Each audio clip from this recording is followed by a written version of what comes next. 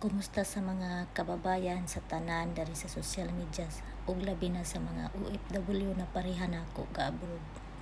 So ako lang ning i-share para nasad mo'y makuha na idea. So ako na ako diri sa duha ka tar na trabaho. So ang nahitabo akong kontrata 3 years na. So tapos na ko. Ang basihan daw ID. So kay giingon man nila nga naa pa kuno extend na 3 months.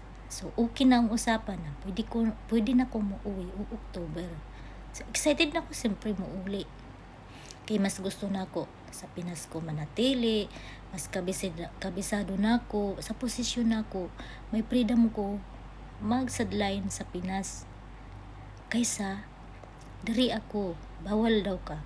So kung mas dalayan ka sa gawas 50,000, dayon daw ang mga multay na.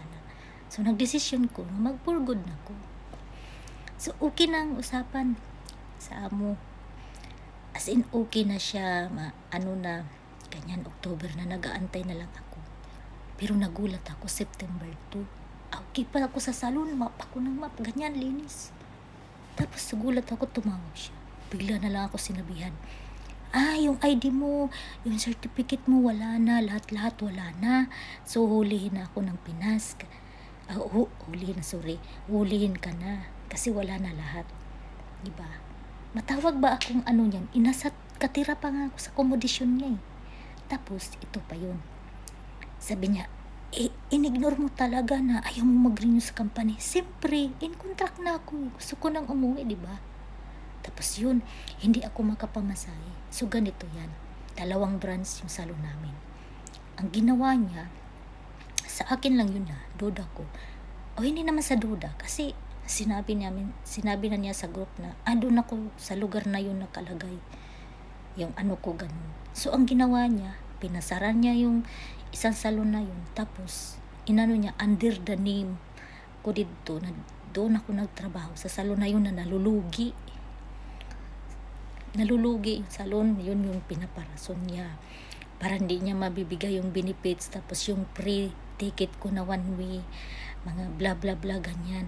Ayan, binibigyan lang kita ng 24 hours tapos sa anuhin na daw ako, diba? Shakira ako bakit ganun? Ayos ang usapan namin, October okay na, ganito yan. Pero sinasabi na niya, ayaw niyang pakawalan si ganito, ganyan.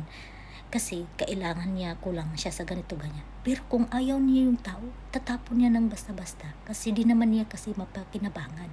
Pero ito yung point pagtapos in kontra ka na, ayaw mo na mag-renew, bakit wala kang freedom?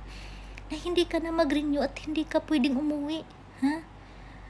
Okay, sabihin na natin ganun. Dapat nakiusap man lang siya na pwede bang mag-renew ka muna ng ganito kasi kailangan namin para makahanap kami ng iba, bla bla bla. Hindi yung basta na lang ako tinakot. Shakira talaga. Ay naku, talagang hindi ako makapaniwala hanggang ngayon. Hindi ako makatulog ng maayos. Talagang na-stress ako. Hindi ko ma-explain sa pamilya ko ano na yung nangyaring ganon. Bakit di ako makauwi, diba? Pero talaga ngayon, hindi ko mapigilan sa sarili ko. Talagang pinus ko to. Para iwan ko lang sa iba kung ano ding klaseng problemang mayroon sila. Pero ito yung naranasan ko talaga. Pero sobrang sama ng loob ko in the beginning pa kasi dito ako nagtrabaho. Talagang iba na, nakaka-stress na sila. Isan ka bang makakita ng mga ganung taong na parang hindi mo maintindihan na wawala. So nawawala talaga yung confident ko, promise, sa takot ko. Alam mo yung magmanicure ako, maggaganyan ako, lalagay kong kulay. Tapos sabihin ko sa customer, ma'am, sorry ganito kasi yung kasi nandyan yung amo ko sa pag nakikita ko talaga sila, gagano na ako, nagsishaking. Talagang tiniis ko siguro almost 2 years ko dinanas yung ganun.